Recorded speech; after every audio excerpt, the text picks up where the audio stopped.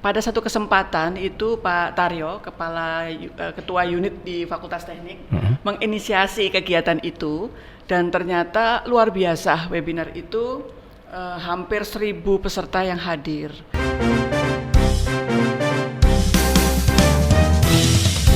Ya, balik lagi di podcast unik, podcast Universitas Krishna Dipayana bareng saya Kennedy. Hari ini kita udah kedatangan, mungkin kemarin sempat rame lembaga-lembaga mahasiswa, badan BEM, DPM, terus UKM, sekarang akhirnya kita kedatangan kembali lagi ke dosen. Jadi boleh mungkin buat teman-teman yang belum tahu, boleh Ibu Bapak silakan diperkenalkan dirinya. Dari Bu Hera mungkin. Bu Hera dulu, kalau Bu Hera siapa yang nggak tahu Bu Hera? Baik, Mas Kennedy, terima kasih. Waduh, siapa yang nggak tahu Bu Hera? Oke, tapi di sini saya kapasitasnya sebagai Ketua Lembaga Pengabdian Masyarakat di Universitas Krishna Dipayana. Nama saya Dr. Susutia Herawati. Oke, Bapak boleh Pak diperkenalkan? Baik, terima kasih. Assalamualaikum warahmatullahi wabarakatuh. Waalaikumsalam warahmatullahi wabarakatuh. Atas kebersamaannya dengan Ibu Hera, memperkenalkan diri, saya Sutaryo sebagai Ketua Unit Pengmas Fakultas Teknik Unkris. Oke, Pak Taryo. Ibu? Baik, saya juga ikut memperkenalkan diri. Saya Reni Sapitri, kemudian saya dapat amanah untuk menjadi Kaprodi di PWK. Oke, jadi Bu Reni Kaprodi PWK, Pak Taryo bidang ininya ya Pak, apa? UPM. Unit Pusat Pengabdian Masyarakat. Beliau mantan Kaprodi PWK. Oh. 2 periode. Mantan. Sesepuh saya. Berarti kayak SBY sama Jokowi lah ini ya Pak. Empat kali. Oh, 4 kali. Oh. Saya sekretaris beliau dulu. Oh iya. Berarti bosnya ya Bu dulu bosnya. Begitulah. Oke. Udah ada PWK dan Ibu Hera sama Pak Taryo tadi memperkenalkan diri sebagai pengabdian masyarakat nih, ada di bidang pengabdian masyarakat. Sebenarnya nih datang ke Unkris TV ini nih Bu, kita podcast bareng-bareng gini. Kira-kira apa nih Bu yang mau disampaikan ke teman-teman nih? Kalau udah ada pengabdian masyarakat pasti kaitannya dengan hal itu dong Bu. Iya betul. Pasti. Betul Mas apa? Aku kok lupa ya namanya. Kennedy Bu, Johannes Kennedy. Mas Kennedy. Ya, jadi begini Mas, ada satu keresahan yang luar biasa kami di Fakultas Teknik ya, khususnya di pengembangan perkotaan dan wilayah, itu tentang pemanfaatan ruang sebenarnya, khususnya ruang sempadan. Isu ini sudah bergulir cukup lama sebenarnya, dan undang-undangnya juga sudah cukup banyak. Nah, pada satu kesempatan itu Pak Taryo, ketua unit di Fakultas Teknik, menginisiasi kegiatan itu dan ternyata luar biasa webinar itu hampir 1.000 peserta yang hadir. Nah, karena itu sudah terselenggara dengan baik, kemudian Pak Taryo ini dipanggil sama Pak Rektor, ceritanya begitu ya Pak Taryo ya, dipanggil untuk berarti memang ini persoalan nasional nih, persoalan nasional yang memang harus Unkris berani nggak ini menguliti satu persatu begitu. Nah Pak Taryo ditantang begitu kan oke aja begitu ya. Nah kemudian dalam perkembangannya Pak Taryo diskusi dengan saya bahwa Bu ini nggak bisa kalau skup yang dibahas hanya untuk Fakultas Teknik saja, jadi harus ke semua fakultas. Karena melebar berarti ya Bu ya? Iya melebar karena ada banyak keilmuan yang kemudian nanti bisa menjadi masukan yang baik untuk bagaimana kita melakukan penyelamatan dan pemanfaatan terhadap ruang sempadan, situ, danau, embung, waduk dan kawasan pesisir. Kurang lebihnya sih seperti itu. Nah, dari diskusi-diskusi itu kemudian kebetulan Pak Taryo ini wakil ketua akhirnya Pak ya di kegiatan webinar nanti ya. Jadi karena beliau memang banyak melakukan inovasi dan pemikiran, dan beliau juga yang punya networking dengan Kementerian ATR dan juga Bu Reni yang kemudian menjadi sekretaris SC untuk kegiatan ini. Kami kemudian bertiga berembuk bagaimana ya baiknya begitu. Akhirnya sampai pada satu rumusan bersama bahwa kegiatan ini akan dilakukan 4 seri ya Pak Taryo ya. Oke. 4 seri begitu, dengan melibatkan 4 fakultas, tetapi tidak melepaskan diri juga dari ATR, karena memang ini supaya nanti apa effort yang kita lakukan itu nanti juga nggak hanya menjadi tumpukan kertas saja, tetapi juga di pihak pemerintah dan juga nanti kolega yang lain itu bisa turut serta memikirkan itu. Oke Bu. Nah Ibu kan masih, ini konteksnya umum nih Kak. Kalau udah masuk ke Pak Taryo sama Bu Reni kan udah masuk konteksnya mungkin ke teknik atau PWK ya Bu. Iya. Nah kalau dari umum dari Ibu nih, keterlibatan fakultas lain yang sejauh mana nih Bu? Kan karena kita mau mencakup tadi tuh, udah mulai melebar tuh Bu. Nah keterlibatan dari teman-teman yang lain tuh gimana tuh Bu? Oh ya. Dari Fakultas Teknik nanti seri pertama itu Fakultas Teknik akan bekerja sama dengan Fakultas Hukum sih sebenarnya, tapi dalam konteks kita memberikan wacana persoalan-persoalan di lapangan itu seperti apa. Oke. Sehingga kemudian nanti di Fakultas Hukum di seri yang keduanya itu akan melihat dengan jelas, benar nggak nih undang-undangnya sudah ada. Oke. Kalau undang-undangnya sudah ada, regulasinya berarti ya Bu. Benar nggak itu sudah dijalankan dan apa gapnya itu ada di mana gitu. Nah, kalau sudah seperti itu, ini pemikiran kami ya di SC ya. Kalau sudah seperti itu, undang-undangnya sudah ada atau mungkin undang-undangnya belum ada, kemudian kita akan lari nih ngajak lagi nih dari Fakultas VIA, dari sisi kebijakan publiknya, bener nggak itu terimplementasi atau tersosialisasi dengan baik program itu gitu. Kemudian setelah itu ujung dari semua pembangunan itu adalah bagaimana masyarakat itu kan bisa sejahtera dan makmur kan, ada nilai ekonomisnya berarti Bu. Ya itu kemudian kita mengajak Fakultas Ekonomi untuk apa namanya, di sesi yang terakhir nanti di tanggal 7 Oktober. Jadi nanti kami akan ada tanggal 26 Agustus ya rekan-rekan. Jadwalnya nih Bu, berarti Bu. Rekan-rekan apa namanya Unkris TV. Nanti kita akan webinar tanggal 26 Agustus, kemudian 2 September, 23 September dan 7 Oktober. Nah, Pak Taryo sendiri dengan ATR sudah menyusun outputnya apa sih nanti dari kegiatan ini semua. Nanti Pak Taryo akan bedah itu semua sehingga bahwa semua yang terlibat di sini akan berpikir dan memikirkan bersama begitu ya. Tadi itu karena ujungnya adalah memang kita harus menjalankan pembangunan sesuai dengan peraturan yang ada. Kemudian bahwa peraturan yang ada itu harus dijalankan dengan kebijakan yang benar dan ujungnya adalah nanti masyarakat itu harusnya adalah sejahtera. Kurang lebih sih seperti itu. Punya dampak ya Bu ya? Iya, dampaknya seperti itu. Oke. Yang berarti ini dimulai dari awal banget itu cuman Fakultas Teknik Bu yang mulai webinar ini? Ya, awal pertama kemarin Fakultas Teknik dan ini kemudian dikembangkan lagi supaya nanti setelah ini, karena kan undang-undangnya sudah banyak sekali nih, ada undang-undang nomor berapa nih Pak Taryo yang hafal nih ya? Ada undang-undang tata ruang, ada undang-undang banyak sekali lah, nanti Pak Taryo lah yang membedah itu ya. Nah, itu sudah banyak sekali undang-undangnya, tapi di lapangannya itu ternyata tidak terjadi seperti itu. Makanya ini akan kita pancing nih dari Fakultas Hukum nih, bagaimana pemikirannya untuk sampai ke sana, begitu kurang lebihnya. Oke Bu.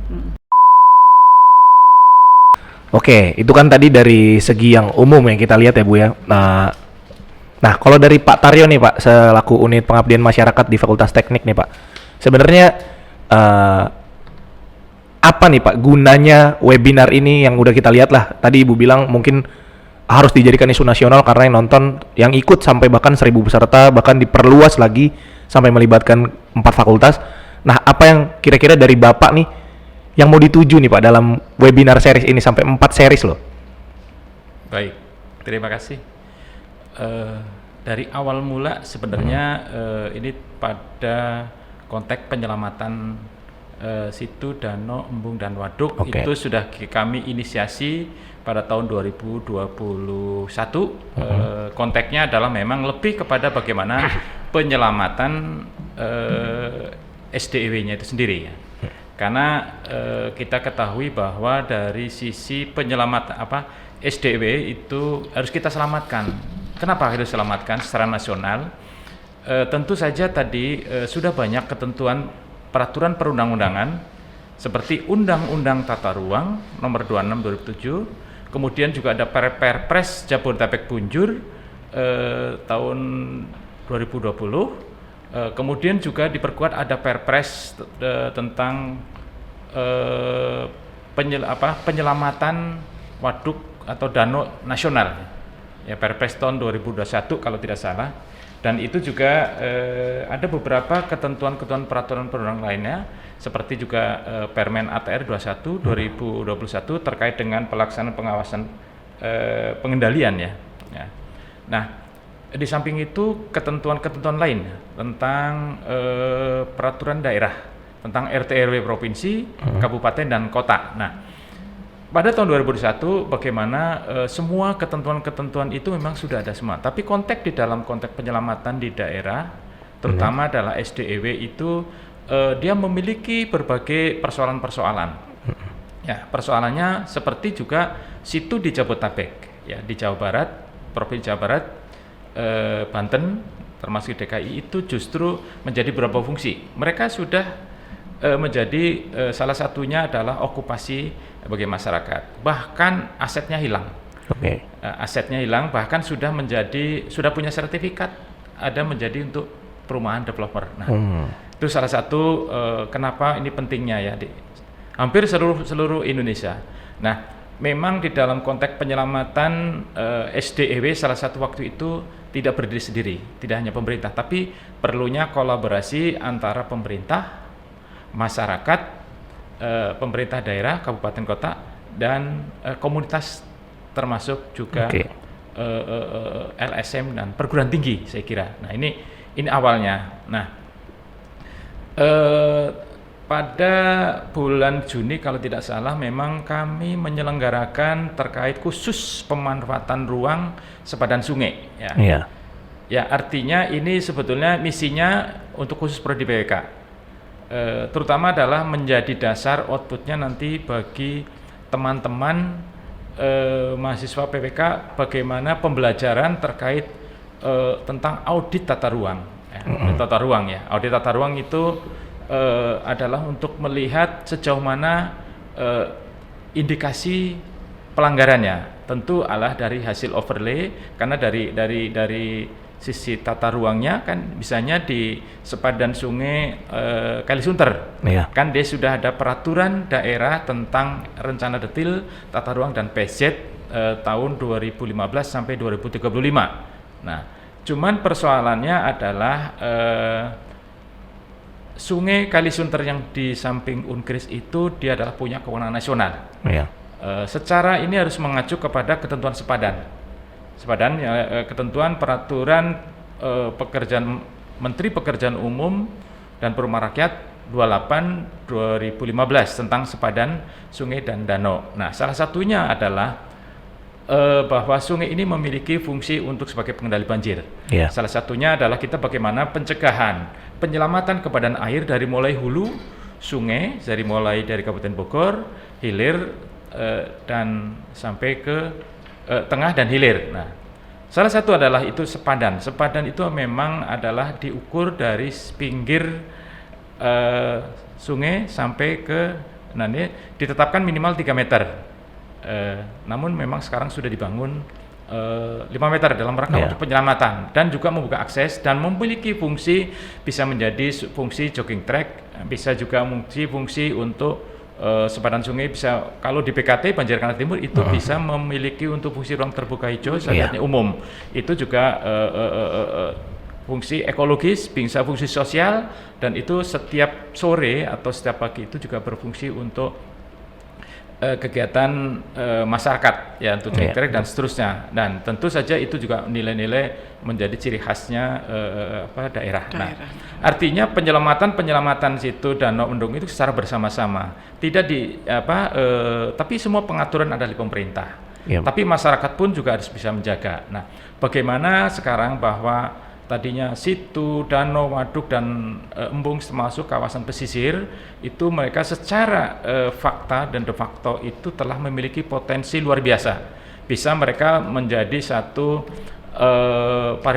wisata lokal, bisa restoran apung, bahkan bisa internasional seperti juga Danau Toba. Betul.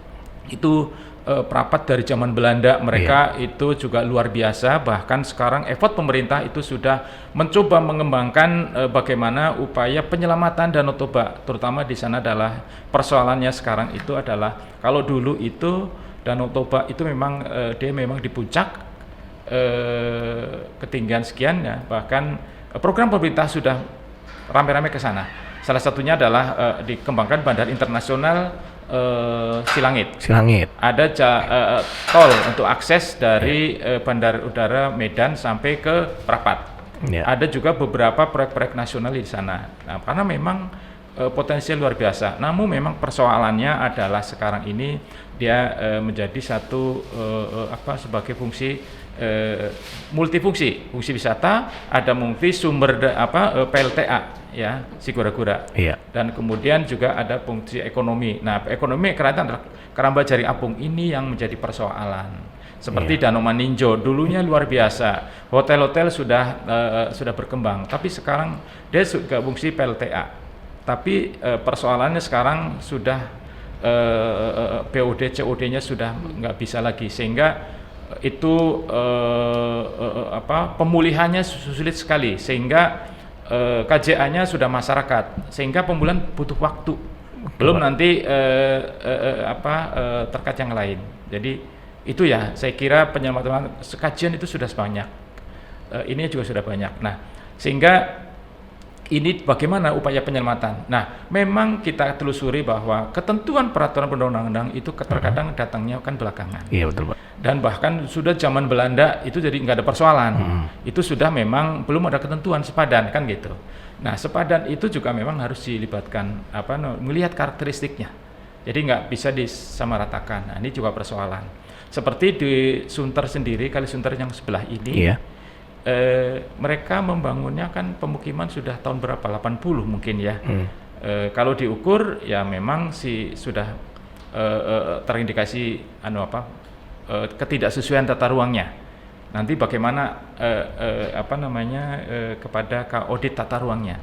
Jadi itulah sebetulnya bagaimana melihat kajian teknisnya terkait terindikasi atau tidak terindikasi pelanggaran, itu masih banyak nanti untuk bagaimana penyelidikan dan penyidikannya. Makanya dengan hal tersebut pentingnya ini dilakukan secara webinar series yang melibatkan aspek, terutama adalah pertama dari teknik itu lebih kepada penyelamatannya, tapi juga dia dikombinasikan dengan aspek hukumnya, tapi aspek hukum lebih kepada preventifnya, bagaimana pencegahannya, insentif-disentifnya. Makanya kami undang tentang Pak Maret ya, dosen Dr. Maret Priyatna, itu dosen Unpad Pajajaran Hukum, karena beliau yang memang ahli tata ruang. Karena misinya Pak Rektor itu sebetulnya kita angkat sekaligus untuk ini menarik karena Unkris belum pengalaman di bidang hukum tata ruang. Misinya ke sana, sehingga ditingkatkan yang tadinya 500 kita menjadi 1000, bahkan mungkin 1.500 per tiap sesi. Nah, kira-kira seperti itu. Nah, kemudian dari sisi konsep untuk pertama tanggal 26 itu memang konsepnya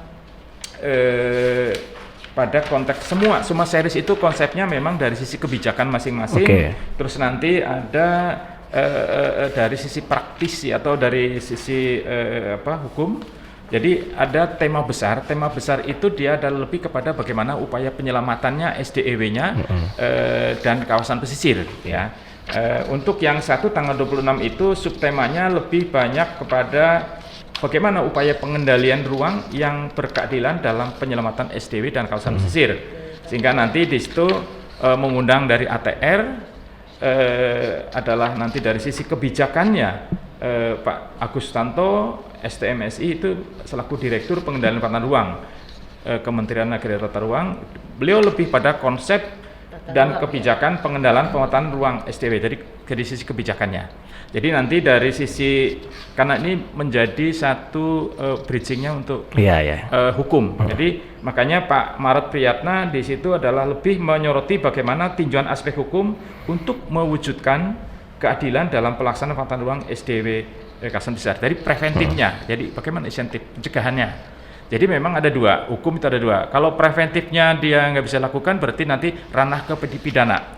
Jadi nanti penertibannya, maka itu sesi kedua yang tanggal 2 September. Jadi tapi mulai kepada audit. Nah, yang pertama itu dan terakhir itu adalah bagaimana kita best practice-nya, upaya-upaya penyelamatannya, barangkali pengalamannya DKI Jakarta. Makanya dilibatkan adalah Ibu Mary Morfosa STMMT, Dinas Cipta Karya, Tata Ruang dan Pertahanan Provinsi DKI Jakarta.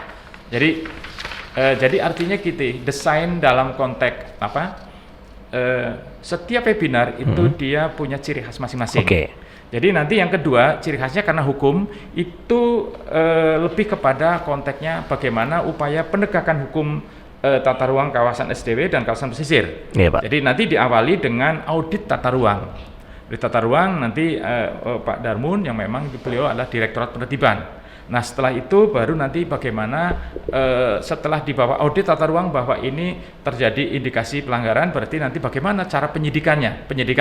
Ini sudah lebih kepada ranah hukum, makanya libatin dengan Korwas Bareskrim Polri yang beliau menangani mitra dengan ATR, dengan PPNS penataan ruangnya. Jadi nanti kalau yang nanti misalnya kalau di puncak kan banyak tuh sudah terjadi pelanggaran tata ruang tidak berizin, kemudian terjadi longsor, kemudian masyarakat meninggal dunia itu katakanlah. Nah itu nanti di bawah kepada ranah pengadilan, ranah hukum yang kepidana. Nah, cuman persoalannya sekarang adalah dengan Undang-Undang Cipta Kerja itu bahwa ranah pidana itu lebih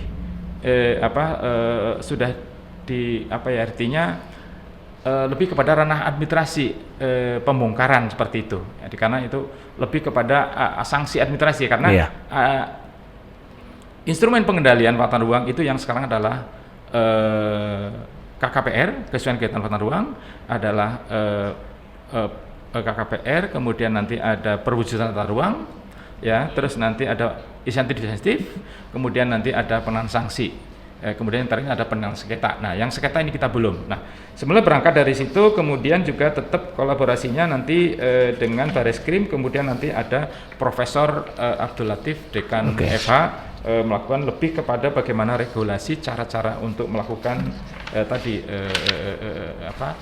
melakukan regulasinya seperti apa sih? Regulasi aspek hukumnya nanti seperti itu. Nah, setelah dari seri kedua, baru nanti kita ambil kepada seri ketiga. Itu adalah lebih kepada kebijakan publiknya, makanya keterlibatan Fakultas Ilmu Administrasi, sehingga di sini adalah yang ke tanggal 23 September 2023 dengan subtemanya. Kalau temanya tetap, subtemanya adalah bagaimana kolaborasi antar pemangku kepentingan dalam penyelamatan SDM dan pesisir. Makanya yang pertama kita adalah ambil dari Kemendagri. Adalah salah satunya adalah Pak Gunawan Eko Novianto MM, beliau adalah selaku PLH Direktur Sinkronisasi Urusan Pemerintah Daerah, satu Ditjen Bina Bangda Pembangunan Daerah Kementerian Dalam Negeri. Nah, terkait juga bagaimana kesiapan pemerintah daerah dalam pelaksanaan pengendalian penataan ruang dalam rangka penyelamatan SDW. Artinya beliau menanganin untuk pembinaan terhadap pemerintah daerah provinsi, kabupaten, kota, terutama bagaimana sih struktur organisasinya. Nanti dicantolkan di mana sih dia apakah dinas di OPD apa, yang menjadi leadnya seperti apa. Nah, bagaimana SDM-nya, sumber daya mana, bagaimana pendanaannya, bagaimana cara kolaborasinya, mekanisme melakukan kegiatan pengawasan pengendalian di daerah. Nah, ini kan juga menjadi poin penting. Nah, kemudian juga nanti Pak Profesor Budi Supriyatno itu akan menyoroti terang bagaimana sih peran pemerintah daerah dalam rangka penyelamatan itu, pemerintah pusat dan kabupaten kota dalam rangka untuk penyelamatan SDW bersama dengan kawasan pesisir. Nah, kemudian juga dari tadi tidak kalah pentingnya adalah kita ambil dari ATR adalah Jabodetabek sebagai case tadinya adalah diambil kita adalah Ketua PMO Jabodetabek Punjur, karena itu udah Perpres untuk menyelamatkan Perpres tentang Jabodetabek Punjur tahun 2000 RTR ya di kawasan perkotaan tahun 2020 kalau tidak salah. Makanya bentuk. Nah, itulah nanti mengangkat bagaimana sih model-model. Ini nanti Pak Wisnu Broto yang akan mengangkat bagaimana model kolaborasi antar pemangku kepentingan dalam penyelamatan SDW Jabodetabek. Karena tentu saja tadi terutama adalah situ ya, bagaimana asetnya, bagaimana dia potensinya cukup luar biasa ya. Selama ini kan bisa potensi ekonomi masyarakat bisa dijaga, fungsi untuk pengendali banjir, terus Anda inlet onletnya ya, itu seperti itu. Dan itu juga seperti situ Rompang dan situ apa kan, itu kenyataannya persoalannya dia bisa memiliki sebagai kalau yang di Jakarta situ ada yang memiliki potensi dia luar biasa, bisa untuk ski air, bisa dia memang eksternalnya dia juga bisa digunakan dalam konteks outbound kan, macam-macam. Jadi makanya perlu penyelamatan. Makanya semua penyelamatan itu tidak diserahkan kepada pemerintah, tapi juga pelaku-pelaku usaha. Jadi sesuai dengan itu, termasuk juga perguruan tinggi Unkris dalam hal ini, bagaimana kita ayo rame-rame kita dorong untuk ikut berpartisipasi bagaimana penyelamatannya ya. Jadi itu. Terus kemudian yang terakhir sebenarnya lebih kepada SDEW dan kawasan pesisir itu dia memiliki potensi tadi secara ekonomi bagaimana masyarakatnya, ya sektor masyarakatnya itu luar biasa, bisa dia untuk wisata, wisata alam, wisata budaya, macam-macam, sehingga muncul di situ ikutannya, ya. Kalau di Danau Toba atau tempat lainnya kan hotel-hotel, ada Gazebo dan seterusnya, ya. Makanya ini harus penyelamatan karena ini menjadi satu aset yang sangat luar biasa, untuk fungsi tersebut, sekaligus fungsi sebagai fungsi untuk PLTA. Seperti Jatiluhur, Rawapening. Nah, bagaimana itu Rawapening? Rawapening itu juga dia luar biasa di situ sebagai orientasinya sebagai penyelamatan untuk buffer dan sepadan dan daerah tangkapan air. Ini juga menjadi penting. Bapak. Makanya nanti keterlibatan yang keempat tanggal 7 Oktober itu adalah dari sisi ekonomi adalah Fakultas Ekonomi, terutama adalah bagaimana pengembangan potensi ekonomi SDW dan kawasan pesisir ya. Ya kalau kita pesisir misalnya Ancol itu kan luar biasa tuh, dan hampir seluruhnya ya, nelayan dan seterusnya. Dan itu juga tentu saja di sini kita melibatkan adalah Ditjen Sumber Daya Air Kementerian Pekerjaan Umum. Beliau akan menggali potensi apa saja sih yang mau diselamatkan secara ekonominya. Nanti kemudian ekonomi sendiri juga akan mengangkat bagaimana kebijakan pengembangan ekonomi masyarakat di sekitar SDW dan kawasan pesisir. Itu juga artinya SDW dan pesisir tetap selamat ya, dari sisi tata ruang selamat, dari kebijakan ini selamat, tapi ekonomi menjadi satu penting. Nah itu sebenarnya rangkaiannya.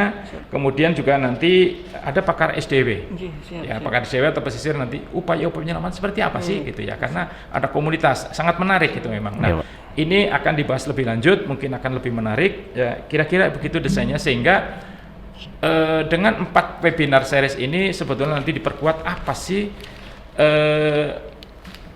perumusan dari tim perumus nanti untuk yang bisa disampaikan kepada pemerintah daerah, bisa kepada pelaku-pelaku pembangunan, sekaligus menjadi memayungi konteks penelitian, pengabdian, dan sekaligus untuk kolaborasi bersama bagi mahasiswa yang akan mengambil baik S1, S2 maupun S3. Saya kira itu sih misinya ke sana. Jadi program nasionalnya dengan program tinggi yang 4 fakultas itu dia akan sinergitas, berkesinambungan ya Pak. Ya. Kira-kira gitu. Demikian. Oke Pak, terima kasih. Mas John. Iya Bu. Gini, tadi menarik sekali yang disampaikan Pak Taryo ya. Tapi kayaknya bahasa Pak Taryo itu mungkin karena ini kan persoalan nasional ya. Iya Bu. Nah, ini ada Bu Reni sebenarnya yang bisa mengajak anak-anak muda nih. Iya betul Bu, nah, mengedukasi ya Bu teman-teman. Iya betul. Sebelum Bu Reni nanti bicara panjang begitu, yang disampaikan Pak Taryo tadi, ada beberapa yang mungkin Bu Reni harus tegasi Bu. Misalnya kayak SDEW itu apa sih? Iya betul Bu. Mungkin teman-teman belum tahu nih apa sih sebenarnya. Iya betul. Sempadan itu apa sih gitu. Nah, situ mungkin ada nggak tahu, situ gintung tuh. Iya mungkin belum pernah ke situ gintung gitu. Itu iya. Nah, jadi tadi yang dari Pak Taryo luar biasa ya. Iya betul Bu. Itu sih. Iya, ya boleh Bu. Mungkin dari tadi udah kita dengar Pak Taryo seperti apa, cukup luas ternyata bahasannya, pemanfaatannya, masalah regulasi, terus masalah penanganan seperti apa. Nah, mungkin dari Ibu sisi dari PWK gitu Bu ya. Boleh Bu sedikit dijelaskan ke teman-teman dan coba dijelaskan juga tuh Bu. Mungkin ada teman-teman yang belum tahu nih SDEW ini binatang apa gitu Bu. Ya kan? Jangan kan SDEW sempadan. Iya, sempadan. Oke Bu, silakan Ibu. Baik, terima kasih atas kesempatannya. Jadi kita itu kan sebenarnya awal muasalnya webinar ini berangkat dari Prodi PWK. Karena kita Prodi PWK itu lingkupnya bicara di tata ruang. Jadi memang kenapa sih kita concernnya ke SDEW? SDEW itu adalah singkatan. Kok nyepret? Iya, udah Bu. Udah. Ya. Jadi kalau dari singkatannya memang sungai, danau, embung, dan waduk ya. Tetapi kenapa sih itu menjadi concern, kan itu ya pertanyaannya. Karena kita sebenarnya kalau bicara SDEW kita bicara tata ruang air. Tata ruang itu kan sebenarnya kalau dari Undang-Undang Penataan Ruang itu lingkupnya sebenarnya tidak hanya darat, tetapi darat, laut, dan udara. Nah sebenarnya darat pun ada perairan itu. Sebenarnya kita laut pun belum terlalu menyentuh walaupun sudah ada Kementerian Pesisir dan Kelautan, karena sebenarnya pesisir juga itu, kalau kita bicara pesisir itu beda dengan daratan, potensinya luar biasa karena dia itu mulai dari bawah laut, tengah laut, atas laut itu karakternya beda-beda, nggak kayak daratan gitu. Nah SDEW itu konteksnya kan kita sebenarnya menjaga tata air, karena semuanya kita paham bahwa air penting bagi kehidupan manusia. Kita nggak bisa hidup tanpa air. Betul, Bu. Jangan sampai kita pertama dari segi kuantiti, jangan sampai kuantitinya itu nggak tersedia. Kedua kualitas. Jadi ujungnya itu adalah ke arah sana, bahwa menjaga ruang air terutama terjaga secara kuantitas dan secara kualitas. Itu kenapa kita mengangkat ke SDEW yang memang sudah banyak yang rusak ya, yang mengganggu fungsinya gitu. Nah kemudian kalau terkait sempadan itu adalah ruang yang pemanfaatannya itu terbatas, tidak sebenarnya. Jadi di tata ruang, seorang ahli tata ruang, seorang planner itu, kalau dokter itu kan license-nya memberi resep ya, resep dan tindakan. Nah kalau seorang ahli tata ruang sebenarnya license-nya adalah menetapkan kawasan itu menjadi lindung atau budidaya. Nah sempadan atau sempadan itu sebenarnya kategorinya lindung. Kenapa lindung? Artinya ruang yang harus dilindungi untuk menjaga fungsi ekologis si sungai, fungsi-fungsi yang dimiliki oleh sungai. Jadi sempadan itu adalah ruang bebas yang nggak boleh dimanfaatkan secara ekstensif ya, secara ekstensif untuk budidaya. Jadi di sempadan itu biasanya hanya diperbolehkan bangunan air atau aktivitas-aktivitas yang support kegiatan air. Nah, seperti sebenarnya nggak hanya sungai ya, rel kereta juga ada sempadannya. Danau, embung, waduk semua ada area bebasnya lah. Jangan sampai kita manfaatkan secara 100% bahasanya untuk dibangun rumah gitu. Harus ada resapan dan segala macam. Itu sih konteks sempadan. Walaupun teknisnya nanti bisa dicek di permen terkait sempadan, mungkin itu. Barangkali Pak Taryo menambahkan. Pak, saya mau nanya Pak sebelumnya. Ini kan tadi ada sungai, embung, waduk, itu. ada situ. Kenapa nggak ada curug Pak? Curug. Air terjun ya? Iya, kayak air terjun gitu Pak. Baik. Itu kan ada pemanfaatan ekonominya juga di dalamnya, ada yang lain-lain. Kenapa nggak ada curug Pak di dalamnya? Baik, itu dalam konteks yang berbeda. Ya, jadi kalau situ, waduk, embung, danau itu adalah dia di hilirnya. Jadi kalau di sini hulunya itu kan nanti termasuk curug, mata air. Nanti dia mengalir ke sini ditampung. Ini sebetulnya nanti ini ada fungsi-fungsinya.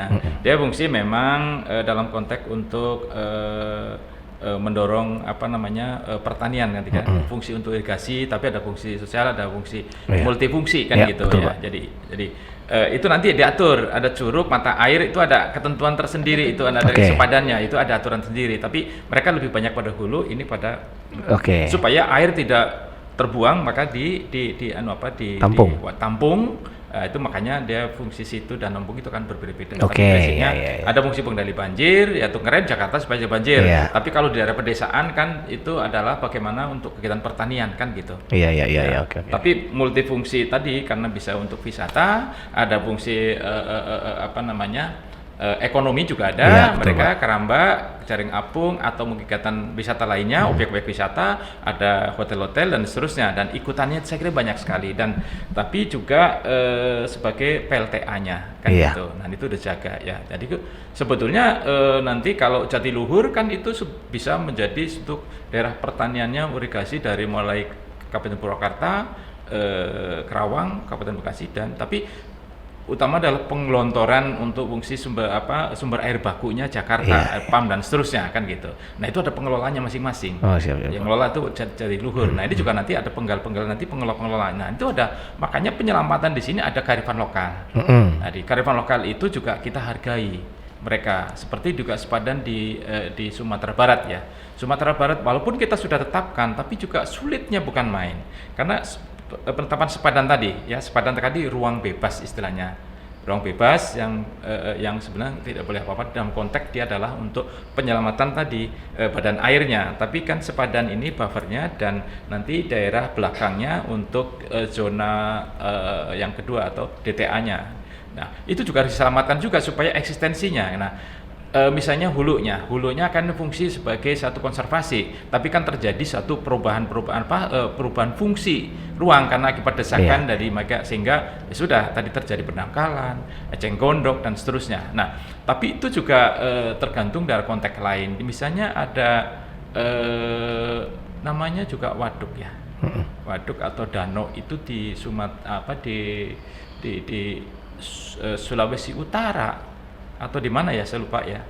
Ya mereka secara perkembangannya dulu dia fungsinya masih fungsi itu, tapi sekarang terjadi pendangkalan kan itu, jadi udah biasa. Jadi itulah persoalan-persoalan, makanya ada Perpres bagaimana sih upaya penyelamatan tadi, penyelamatan waduk nasional. Nah, itu ada beberapa di situ, ada Danau Toba, Maninjo, ada Rapening, ada Tengger, Bromo Tengger itu kan ya. Terus kemudian juga ada di Provinsi Bali, ada di Sulawesi ya, Danau Sentani, segala itu kan harus diselamatkan karena mereka punya ciri khas masing-masing. Jadi kearifan lokal juga menjaga, oke lah, boleh dia, boleh. Saya itu gintung tadinya kan, itu fungsi, tapi boleh masyarakat untuk memancing, kayak ikutannya nanti kan, tapi juga harus menjaga tadi sepadan, jangan sampai konteksnya hanya danau alami atau memang danau buatan juga atau keseluruhan Pak? Jadi gini, kalau situ itu kalau di DKI Jakarta, di Provinsi Banten itu situ. Kalau di luar lainnya adalah embung. Embung itu dia lebih pada untuk fungsi dari embung itu fungsinya ya. Jadi penyelamatan, pengelolaan ada manajemennya, ada pengelolaannya. Kalau dari itu undang-undang sumber daya air, dia adalah daya rusak, ada bagaimana upaya mengendalikannya. Jadi itu juga makanya situ itu lebih kepada alamiah. Danau itu alamiah. Ya. Kemudian waduk itu buatan. Waduk, embung itu juga sama, itu pun pedesaan. Nah, di sini yang melakukan satu kegiatan tipologi itu macam-macam. Kalau embung itu lebih kepada nanti ada embung kan ada di rawa, tapi ada pedesaan itu kecil-kecil tadi. Ada kayak semacam curug ya. Curug itu terjun gitu ya Pak. Nanti ada kolam-kolam itu juga kecil. Ada. Nah, pengelolaannya itu masing-masing. Ada yang dari Dinas Pertanian, ada dari Kehutanan, ya. LHK dia punya yang danau di Provinsi Banten. Mereka konservasi, tapi di situ banyakkan adalah buaya-buayanya kan. Tapi fungsi itu untuk untuk fungsi fungsi hutan marga satwa ya, nggak bisa dibebasin apa-apa. Nah, itu kehutanan juga KLHK mereka memiliki juga kewenangan untuk itu. Makanya di perkotaan juga banyak ya. Itu ya, sekira Dinas Pertanian nanti ada dia.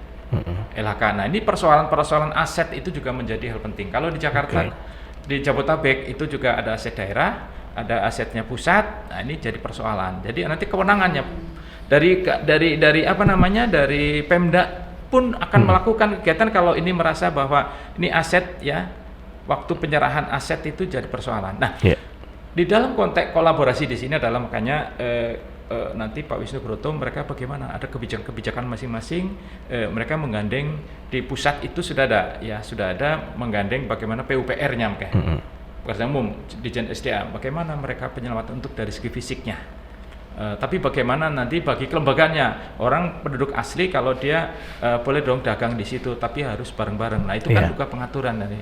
Terus kemudian terus Bappenas Pati memprogramkan ATR sendiri penyelamatan selain tadi mulai tata ruang, pengendalian, terus kemudian juga aset-aset terhadap supaya nggak hilang bagaimana harus disertifikatkan badan air. Itu diawali untuk yang SDEW yang ada di Lampung, yang ada di Jabotabek. Persoalannya kalau yang membuat sertifikat kalau Danau Toba 8 kabupaten berapa terus itu juga persoalan. Nah, ini persoalan ini yang sebetulnya itu yang nggak bisa tuntas, Bu. Tapi paling tidak yang kecil-kecil lah. Sekarang kawasan pesisir itu ada aturan-aturan sendiri. Mereka ada punya kewenangan-kewenangan Kementerian Kelautan Perikanan. Ada di situ juga nelayannya. Ada juga nanti pertaniannya. Karena menjadi growth pool-nya si perikanan kan itu.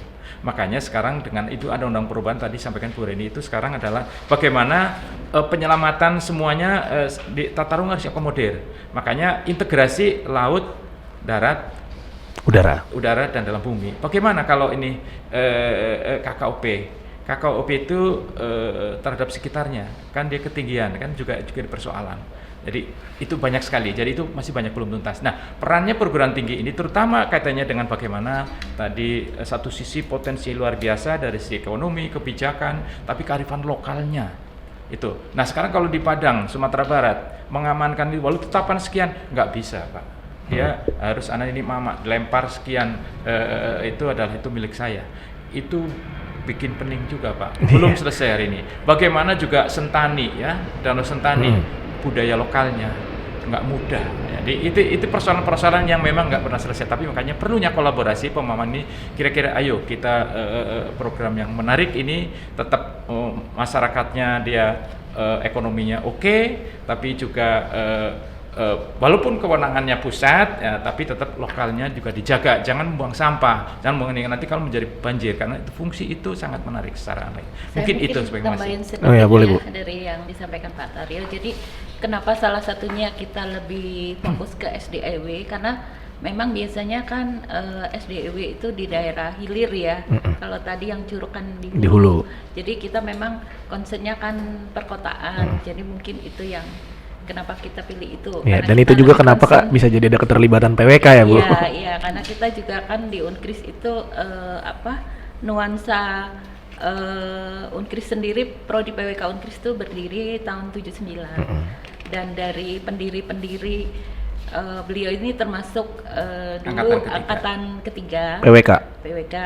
Nah, itu dulu peminatannya adalah urban periphery. Urban periphery itu kawasan pinggiran perkotaan karena kita di metropolitan Jabotabek tapi kita di sisi kawasan sekitarnya seperti itu. Itu mungkin saya tambahkan sekalian dengan boleh Bu. Itu kan sejarahnya dari pendiri. Kemudian karena kami melihat positioningnya Unkris ini kan ada di Kota Bekasi yang secara metropolitan Jabotabek itu berada di kawasan perkotaan sekitar ya kalau dari undang-undang metropolitan ya kawasan perkotaan. Nah, kami mencoba mengambil peluang potensi kita berada di Kota Bekasi dan kebetulan juga di wilayah timur Jakarta ini sebenarnya eksis Unkris yang cukup eksis gitu. Di barat sudah ada Untar, ada Trisakti, kemudian ada Pakuan di Bogor ya, kita agak jauh. Paling yang mulai berdiri itu ITSB, tapi ya lebih eksis kita lah ya. Nah, itu kita ingin memberikan kontribusi dan peran terhadap wilayah yang berada di kita, karena kita kan memang di wilayah dan kota. Iya, betul. Kita wilayah yang terdekat kan kota dan Kabupaten Bekasi. Nah, persoalan di Kabupaten dan Kota Bekasi sebagai kawasan perkotaan sekitar itu antara lain ya potensi dan masalah ya sebenarnya. Kebanyakan mereka bekerja itu tidak di Kota Bekasi tapi di Jakarta atau di kabupaten, sehingga menimbulkan commuting ulang-alik.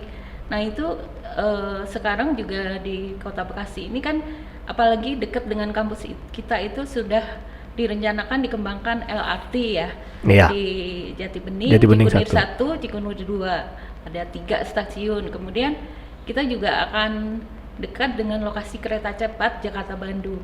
Itu kan sebenarnya kalau kita melakukan studi bahwa kita concernnya ke sana, itu best practice yang sangat bagus karena kota-kota lain tuh relatif terbatas ada seperti itu gitu ya. Kita kan ibu kota provinsi lainnya belum berkembang sepesat kita. Nah itu yang ingin kita tangkap gitu di situ dari sisi transportasinya. Kemudian dari sisi persoalan utama Kota Bekasi itu adalah banjir. Iya benar Bu, saya kebanjiran. Ya karena kita kan apa ya daerahnya, saya hilang ya ini. Iya nggak apa Bu? Kedengeran. Nah kita itu kan flat ya, daerah datar, kemudian daerah hilir, jadi memang itu suatu masalah yang apa ya secara alamiah memang terjadi. Nah kita itu artinya bekerja sama dengan di sini juga ada teknik sipil, berusaha memberikan muatan bagaimana pengembangan kota yang yang bisa menghadapi resilient terhadap banjir lah, berketahanan terhadap banjir. Itu salah satu muatan yang kita ingin angkat gitu. Dan tadi terkait ulang-alik itu karena memang kita juga banyak kawasan industri kan. Iya, jadi betul, memang arah peminatan kita itu adalah di perkotaan dan kawasan industri yang berwawasan lingkungan. Nah, lingkungan ini konteksnya tadi menjaga sungai supaya juga tidak memberikan dampak banjir.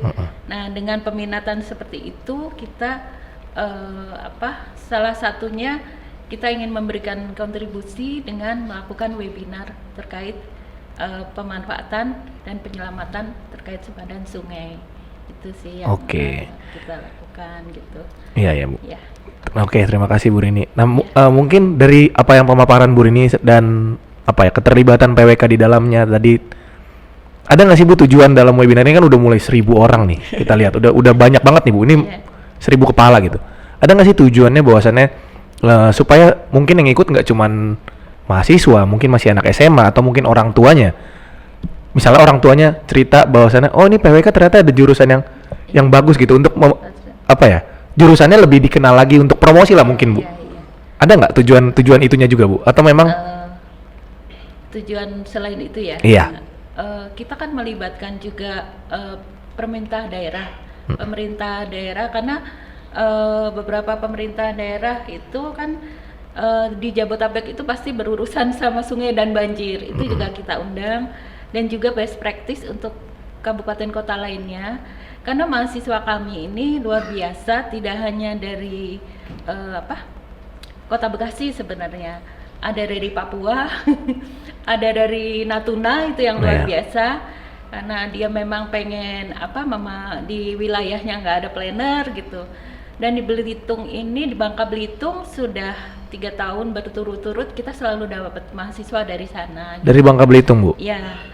Itu jadi dari kakak kelasnya ngasih tahu adiknya, terus dan yang luar biasa tuh alumni kita sudah ada yang diterima di dinas provinsi Bangka Belitung, jadi PNS di sana. Kemudian adik-adik kelasnya ngikut gitu, banyak yang jadi PNS di sana juga. Nah kita juga ingin menarik putra-putra daerah, dan mungkin kedepannya Unkris juga ada peluang kemudahan ya Bu untuk putra-putra daerah yang kuliah di PWK sini. Gitu. Oke.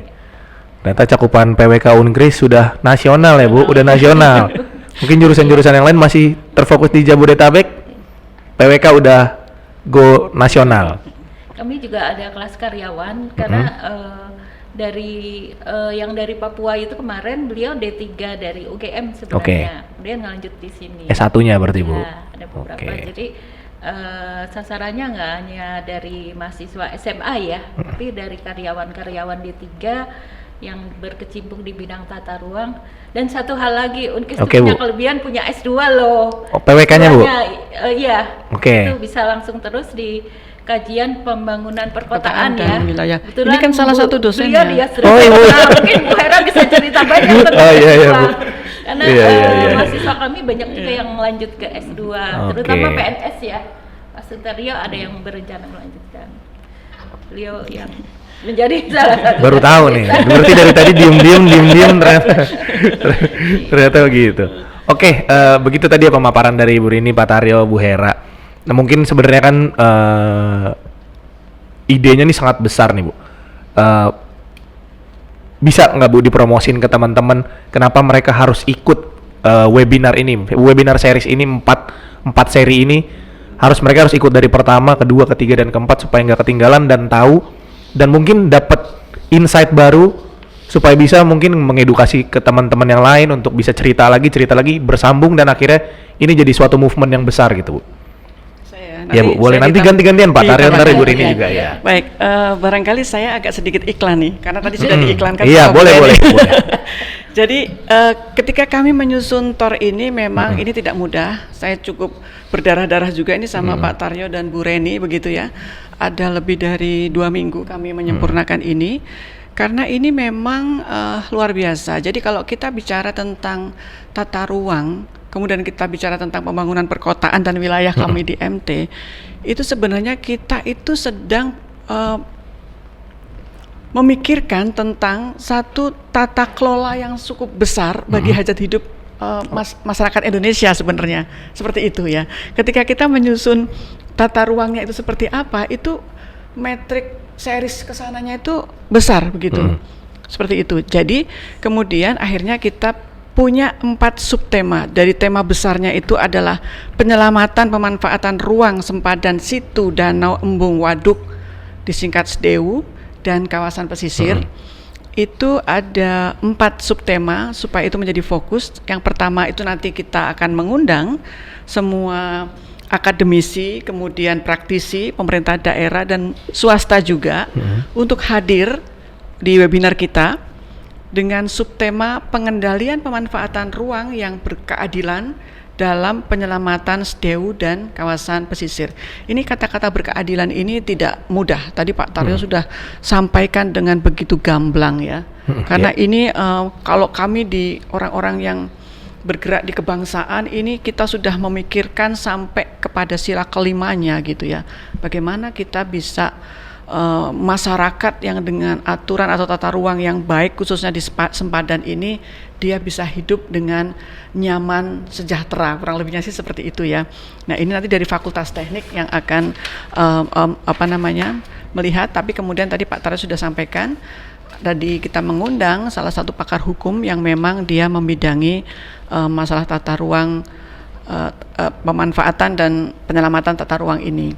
Kemudian nanti kami kembali lagi mengundang supaya tidak terputus begitu ya pemikiran kita itu pada 2 September dengan tema subtema penegakan hukum tata ruang kawasan sempadan SDEW dan kawasan pesisir. Ini nanti tadi Pak Tari sudah sampaikan kita akan mengajak selain pakar dan ahli mengajak passion, keilmuan di Fakultas Hukum itu supaya kita juga melihat bahwa ada satu persoalan bangsa ini yang kita juga harus lihat khususnya di masalah penyelamatan dan pemanfaatan ruang sempadan begitu. Nah, kembali kami mengundang juga pada tanggal 23 September kepada para akademisi, praktisi, pemerintah daerah dan juga swasta untuk hadir. Bagaimana kita mampu berkolaborasi antar pemangku kepentingan atau ya kepentingan ya tadi yang saya sebutkan ada akademisi, praktisi, pemerintah daerah dan swasta dalam penyelamatan SDEW tadi. Karena kan pemerintah tidak bisa sendiri, apalagi akademisi. Akademisi ini kan dari sisi keilmuan nggak bisa. Makanya dibutuhkan kolaborasi itu. Dan siapa tahu dari kolaborasi ini nanti muncul ide-ide atau gagasan yang kemudian kita bisa jadikan itu sebagai kebijakan yang bisa diimplementasikan kepada pembangunan yang akan terjadi begitu. Nah, kemudian kami mengundang kembali nanti pada tanggal 7 Oktober dengan subtema pengembangan potensi ekonomi SDU dan kawasan pasir berbasis masyarakat. Tadi Pak Taryo sampaikan bahwa Bu Reni juga sudah sampaikan bahwa yang disebut sepadan itu adalah wilayah yang memang itu tidak bisa digunakan selain memang itu nanti untuk apa? Untuk kepentingan hajat hidup orang banyak begitu ya. Jadi nanti apa itu supaya apa? Tadi itu yang di sesi pertama yang berkeadilan tadi bisa benar-benar terwujud. Itu saja sih dari saya. Iya. Pak Taryo, gimana Pak? Ajakan untuk teman-teman nih untuk ikut webinar. Baik, terima kasih. Jadi kembali kepada ini memang cukup menarik karena webinar ini sebagai satu mencari solusi ya secara bareng-bareng ya tadi. Jadi ya kita harus bareng-bareng dengan semuanya disiplin ilmu untuk bisa bagaimana upaya penyelamatan tadi. Satu sisi punya potensi luar biasa tadi dari aspek-aspek, tapi nggak bisa diserahkan kepada pemerintah daerah, tapi masyarakat lokal pun juga mereka harus mulai menjaga karena secara ekonominya, fungsinya segala macam juga tergantungnya harus dipelihara karena konteksnya dalam penyelamatan situ, danau, waduk dan embung serta kawasan pesisir ya. Kita lola kawasan pesisir itu juga potensial luar biasa lah secara ekonomi, secara ini makanya kita meskipun pemerintah sudah banyak pengembangan secara ini ya wilayah pesisir ya untuk wisata, untuk juga ya luar biasa. Misalnya kita ketahui kalau di Pulau Bali mereka juga kan luar biasa, mereka lebih kepada wisata alamnya. NTB juga kan pesisirnya Mataram yang Gili Trawangan itu juga kan dalam konteks pesisir yang selamatkan fungsinya. Sehingga tapi dalam konteks penyelamatan itu tentu saja tidak pengembangan secara ekonomi tidak bisa secara bersama-sama pengembangannya secara ini aspek lingkungan juga diperhatikan. Saya kira kita juga mengundang seluruh pemerintah di Indonesia, baik itu pemerintah provinsi kabupaten, OPD yang terkait, baik itu juga nanti PPWS atau LHK, perguruan tinggi, mahasiswa seluruh Indonesia, tidak sekedar PWK saja yang sudah mendaftar itu kelihatannya dari berbagai perguruan tinggi negeri, bahkan dosen, mahasiswa dosen pun ya di situ juga sudah banyak sekali kelihatannya, dan itu sangat tertarik. Terutama kita juga bisa kita kembangkan, kita turunkan kepada generasi muda kita ya. Saya kira tadi kembali kepada suatu konteks PWK, perencanaan wilayah kota, UNKRIS, tidak semata-mata kita juga pegawai negeri, tapi juga bisa menjadi kita kalau hidup untuk belajar PWK itu nanti hidupnya bisa di mana-mana. Nanti bisa menjadi LSM, menjadi peneliti, menjadi wirausaha. Karena di situ belajar program juga, nanti bisa usaha ya, usaha untuk wirausaha kita juga belajar. Karena sebetulnya ilmu PWK ini semua kita belajar yang paling lengkap, tapi memang kesannya kalau itu teknik ya, padahal nanti kita belajar hukumnya, bagaimana manajemen hukumnya, administrasi hukum, administrasi kita juga belajar, karena ada kebijakan publiknya di situ. Apalagi ekonomi, kita juga agak ekonomi wilayah dan kota, tapi kami hanya sebagian-sebagian. Jadi itu ilmu yang paling komplit sebenarnya, karena kehidupan di dalam kota dan wilayah kan macam-macam. Tapi bagaimana solusi yang kita pelajari adalah untuk memecahkan persoalan yang secara umum kota dan wilayah itu kan persoalannya rata-rata pasti banjir, macet, kumuh, saya kira itu yang umum-umum ya. Ya, kerawanan sosial segala macam, bencana alam segala macam gitu ya. Walaupun ini juga ada aspek lain gitu ya. Jadi makanya ini konteksnya cukup menarik. Jadi kesempatan bagus kalau masuk UNKRIS ini kayaknya memang gitu. Kira-kira begitu. Terima kasih. Ya oke, kita lanjut. Tadi ada break sebentar. Oke, Ibu Reni, silakan diundang teman-teman untuk ikut di webinar. Ajakannya gitu. Baik, mungkin saya kembali lagi karena saya PWK ya. Mungkin saya memperjelas mungkin apa yang sudah disampaikan Pak Taryo, bahwa kita itu seorang PWK, seorang perencana wilayah dan kota itu adalah manajer tata ruang ya. Jadi kita mengelola itu tata ruang. Tata ruang itu kalau kita lihat kan siapa saja terlibat di tata ruang. Baik, apalagi kalau di sungai ya bisa stakeholdernya adalah PNS ya, aparatur sipil negaranya, bisa yang punya kewenangannya, bisa masyarakat yang terlibat di sana, bisa pihak swasta. Nah, ini semua kita kenapa menyelenggarakan webinar ini ingin mendapat masukan dari semua stakeholder tadi gitu, supaya yang kita hasilkan nanti itu bisa mewadahi semua kepentingan gitu. Jadi kalau banyak pihak yang terlibat kan datanya tuh jauh lebih lengkap dan hasilnya juga akan lebih bisa operasional dilaksanakan, dan artinya keluhan-keluhan yang dirasakan baik oleh masyarakat, komunitas lingkungan, masyarakat yang terganggu mungkin, kemudian pemerintah daerah yang mengelola, semua tuh punya problem masing-masing kan. Nah itu disitulah planner harus menjadi wasit yang berkeadilan yang dibahasakan tadi sama Bu Hera. Jadi kita memang mengundang semua pihak untuk terlibat supaya hasilnya itu bisa jauh optimal ya, datanya jauh lebih lengkap dan kita bisa lebih lengkap mewarnai hasilnya ya, keadilan tadi. Dan satu hal lagi, kami juga ingin mengundang ya calon-calon mahasiswa, karena sebenarnya ilmu tata ruang itu menarik gitu, dan bisa masuk di semua sektor gitu. Dan satu hal lagi, yang hobi traveling nih, pasti Anda kemana-mana gratis. Tanya aja, planner-planner seumur saya pasti sudah pernah ke seluruh Indonesia, pasti dari Sabang sampai Merauke gitu. Udah jalan-jalan ya Bu, udah jalan-jalan. Dan dibiayai orang itu apa bonusnya aja lah.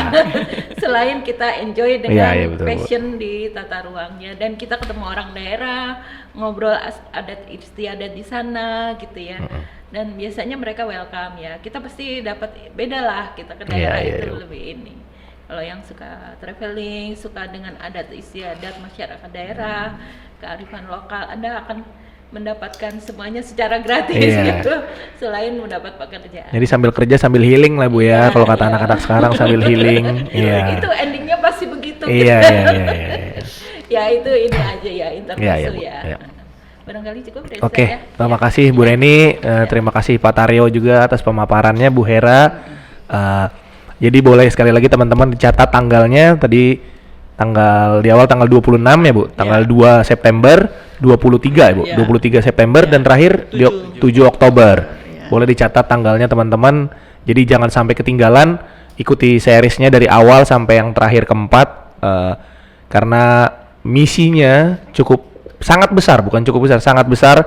Semoga memang ini punya dampak untuk seluruh masyarakat Indonesia ya, bukan cuman untuk Unkris, cuman siapa tahu Unkris bisa jadi roda penggerak gitu, jadi pelopor. Amin. Ya Bu, untuk teman-teman semua masyarakat Indonesia jadi merasakan dampaknya dari ide besar yang dirancang oleh Ibu dan Bapak kali ini gitu. Oke, terima kasih waktunya Bu Hera, Pak Taryo dan Bu Reni, semoga sukses dan lancar webinar seriesnya. Untuk teman-teman jangan lupa tadi sudah dicatat tanggalnya. Sampai bertemu lagi di webinarnya dan podcast selanjutnya. Sampai jumpa, dadah. Dadah. Terima kasih.